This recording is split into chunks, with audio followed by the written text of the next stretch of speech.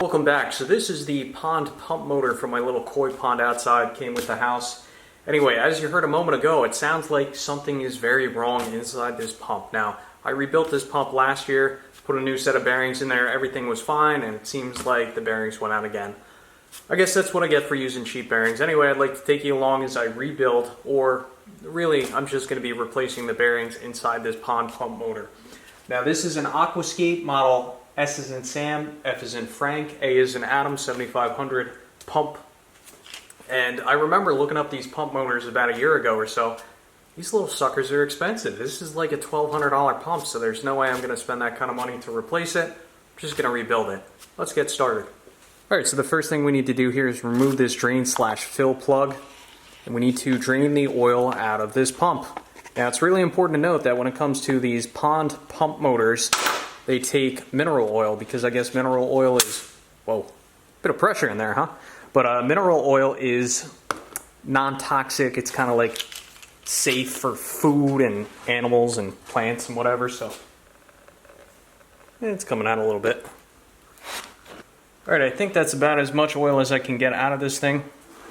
Now, remember when I put this mineral oil in here, it was clear. Now it's black, so either we had something grenade in here, bearing kind of blew apart, or perhaps one of the motor seals went bad and it's been allowing pond gunk inside it. So looks like next thing we need to do is remove this black cap. I have a 5/32 Allen head on my impact here.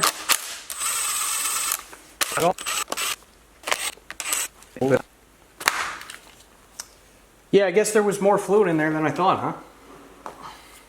So the side I took off appears to be the capacitor housing side of the motor. Not 100% sure if we're going to need to get into anything on this side. The capacitor is good because the motor starts, but because I hear all that grinding inside, leads me to believe that there is some type of bearing issue.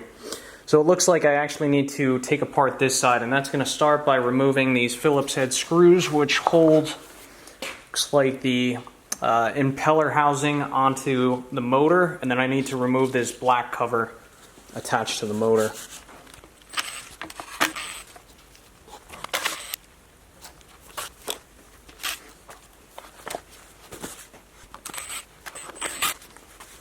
Alright, I removed all the fasteners for the impeller housing. Now we should be able to slide this off. Put that off to the side. And you can just hear that bearing shot. A little bit of rock.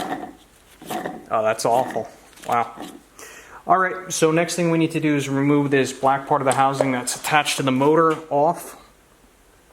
And I also believe we do need to remove this impeller in order to slide this off. So let me find the socket for that, and we'll remove these Allen head fasteners as well. Alright, let's try and remove this impeller. 10 mil.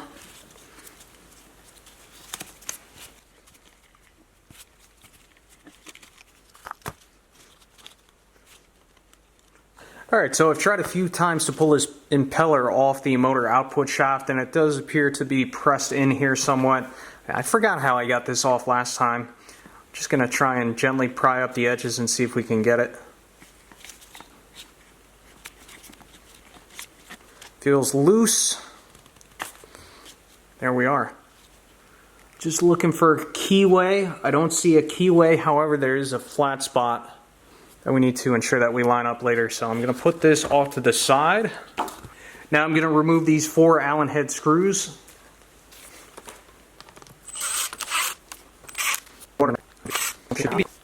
Alright, so removing this black plate, I'm looking for any kind of seals. You know, you got to remember that there's a flat spot on the motor output shaft here, and that doesn't really look like it's much of a seal. It's more of a bushing. So I do believe it is okay that there was some water in this cavity here. I may be incorrect, but when I was draining out the mineral oil, I didn't see any water standing on top of that mineral oil, so I think the seal's okay here. Anyway, I'm going to clean this up a little bit further now and start taking this apart a little bit further here in a moment.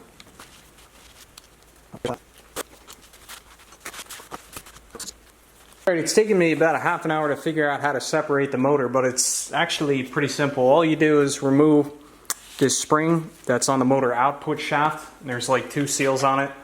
And you just lightly tap these ears, of course ensuring that you removed these through bolts in the back side of the motor. Comes right apart. We should be able to slide this out of here. We can see what's going on.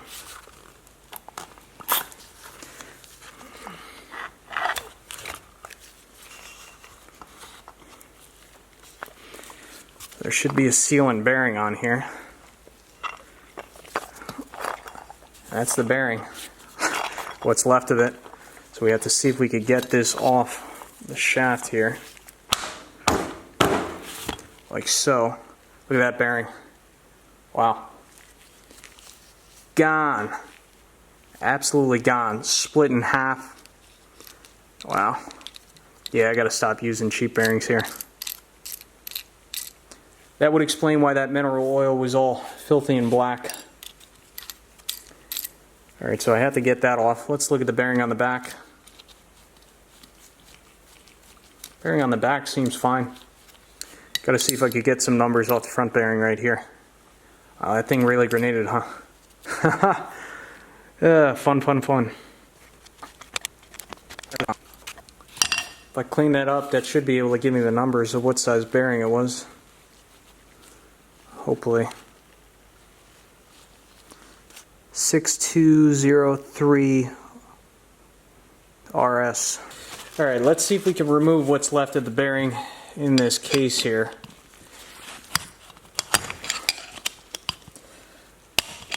Hopefully I get lucky with this pry tool.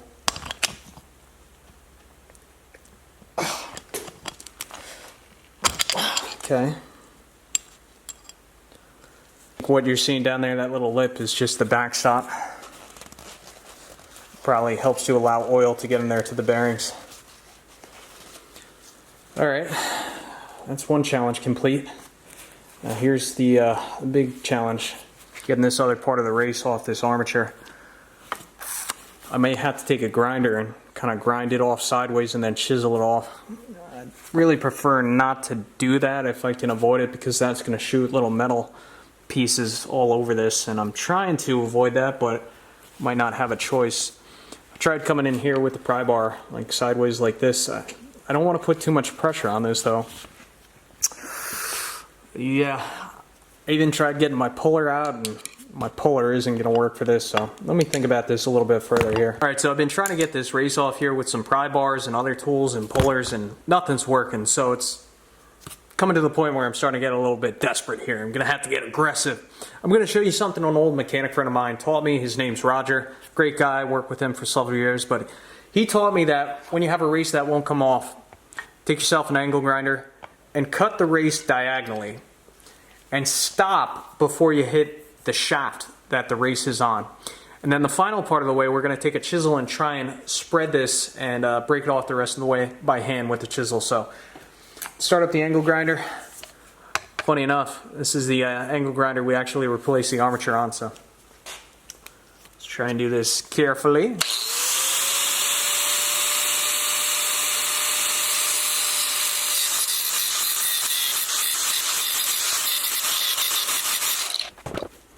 We cut that little line through the race right here. We didn't cut into the shaft at all. So I'm going to get some chisels out now and try and chisel this off the rest of the way. This will go. Just a matter of persuasion. Alright, I have the shaft supported. Let's try and chisel this off now.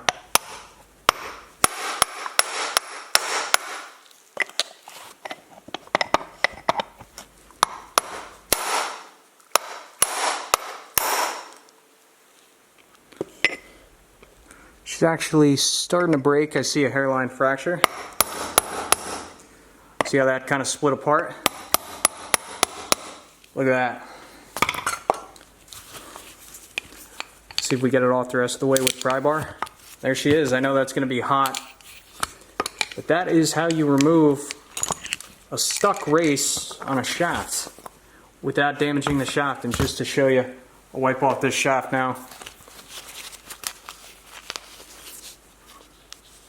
No damage to that shaft whatsoever. Beautiful. Alright, so we're back out here a few days later. Had to order some stuff on Amazon. Got 32 ounces of mineral oil for the motor.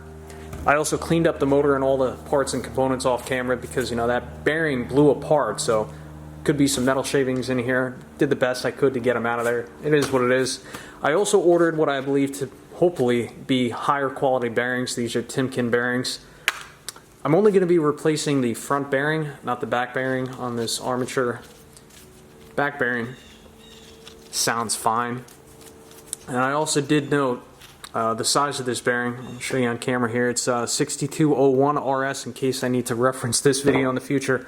But the main bearing I'm going to be replacing here is a 6203 bearing, 2RS. 2RS means that there are 2 rubber seals. So hopefully that'll prevent this bearing from blowing apart on us here. So I'm going to seat this down onto the armature now. And whenever you're seating a bearing, you always want to make sure that you do it on the inner race, if the inner race is the part that, you know, is obviously going down a shaft. I mean, if you're pressing it into a housing, that's a little bit different. But so I'm going to take this nut, and this nut is making contact on that inner part of the race socket. Try and seat this down here gently. It's going down.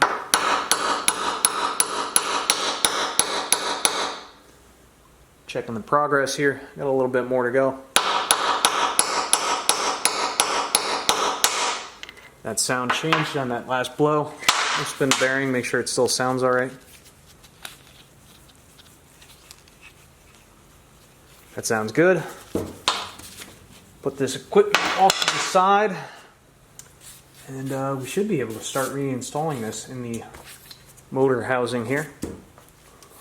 So in the motor housing, there is kind of like a spring washer that actually seats down in that cavity down there. So I'm going to throw that back down there. Use the 2-finger method, right? Try and put this armature down in here. You know what comes to mind when I stick out 2 fingers like that?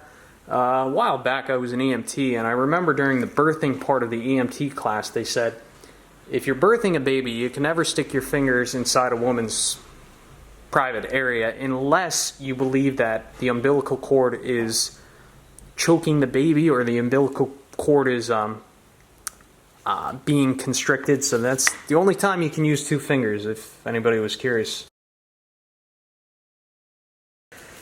Alright, enough about that. Alright, so now we need to install this other part of the motor. I call this the carrier because it carries this other bearing here. So there's an O-ring along the edge of this, but you also have to remember that the 4 through bolts bolt into this carrier. You want to make sure that you align where these through bolts go through the motor with the threaded slots on this carrier piece. So when assembling anything aquatic, this is the stuff I like to use. Lube tube, multi-purpose lubricant sealant with PTFE. So I've used this on the hot tub before. This is good stuff. Just helps to prevent water intrusion and lubricate gaskets before you install them. So never hurts to have a little bit of the aquatic assembly lube. Not for human use, I would imagine. Alright. So that bearing has to be received into the carrier here, making sure that we align all of our mounting bolts. Well, when I start tightening down those bolts, it should actually pull this right down. Got started there. So without pushing this down any further, let's flip this over and see if we can get some of these through bolts to catch.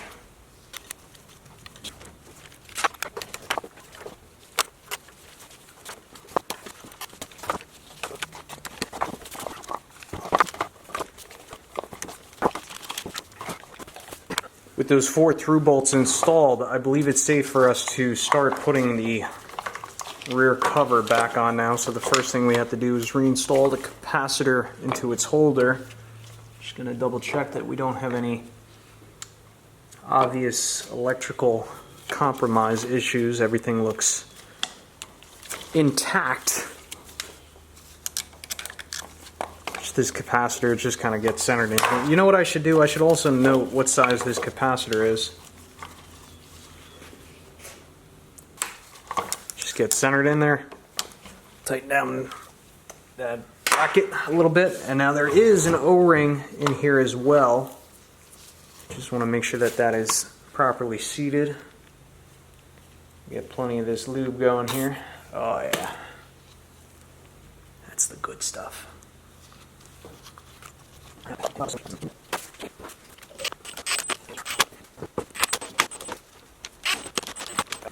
Alright, so the next thing that gets reinstalled is this spring with these two gaskets on either side, and I guess this kind of works as a double seal. So one of these seals puts pressure against this gasket right here, and this definitely fits very tight on the motor output shaft, so this really helps to create a seal from this in-between chamber. I'm going to call it an in-between chamber and the main inner motor. So you can see how tight that is. So this spring again keeps tension on that seal. And then on the other side there's a seal just the same as the one that gets pressed on the motor there, except that goes onto this in-between chamber. And looking at this, there's actually a little drain right here, so I guess it is possible, or well, common for there to be water in this chamber. So I guess when I do take this out at the end of the season, I should drain this out and make sure that there's no water in this holding chamber.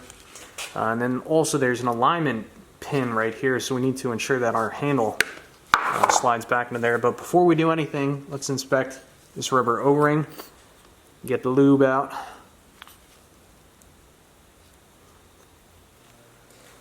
So my mistake, it looks like I reinstalled this back cover improperly. This actually has to be rotated to the right, one bolt hole alignment. As for this cover, this is going to go on here like so. So I might as well bolt this on, then I'll correct the other side off camera and make sure that the handle lines up with the pin here. No big deal.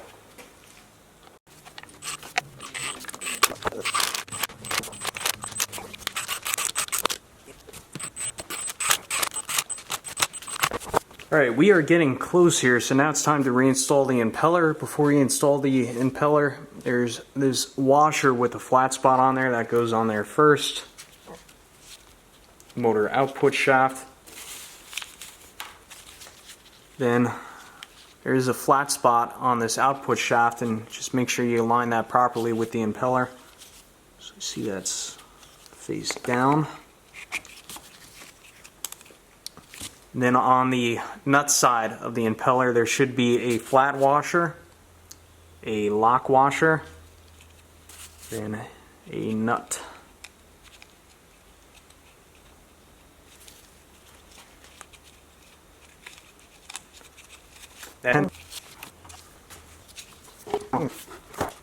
Alright, now that we have that impeller on there and that nut is good and tight, we can go ahead and install the impeller housing. This just goes straight up. Line up the bolt holes. You just need to reinstall these stainless steel threaded fasteners. These actually bolt on from the opposite direction. That's a little bit awkward.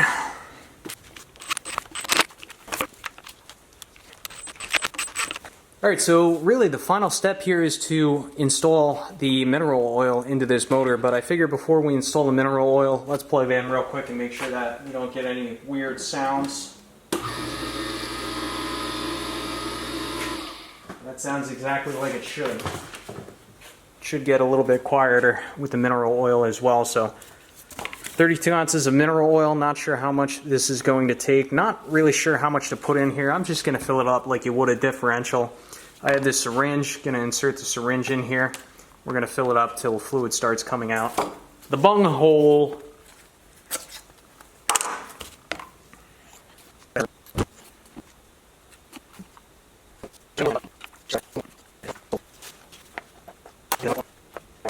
Alright, she's all filled up with mineral oil. Let's give her one more test here and then we'll throw her in the pond and see if she works.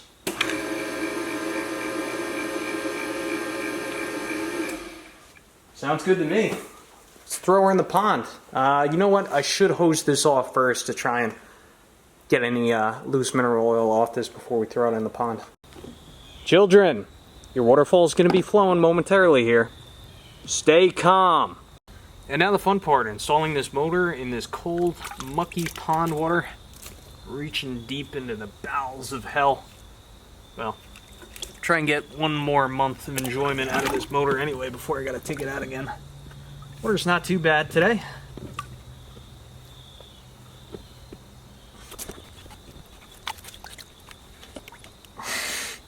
Look at these fish.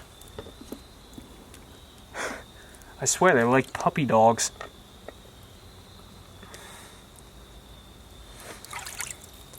Like, when's the waterfall coming back on? They're like kids.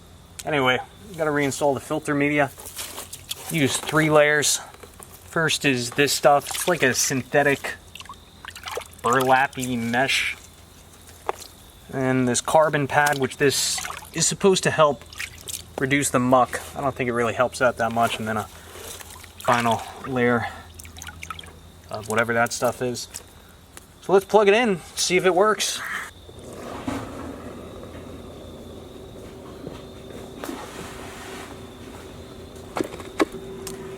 Sounds good. Let's check on top of the waterfall here. It's kind of like a holding chamber up here. We used to have filters up here, but it's such a pain in the butt to clean these off. All right, she's filling up. Should be flowing in a moment here.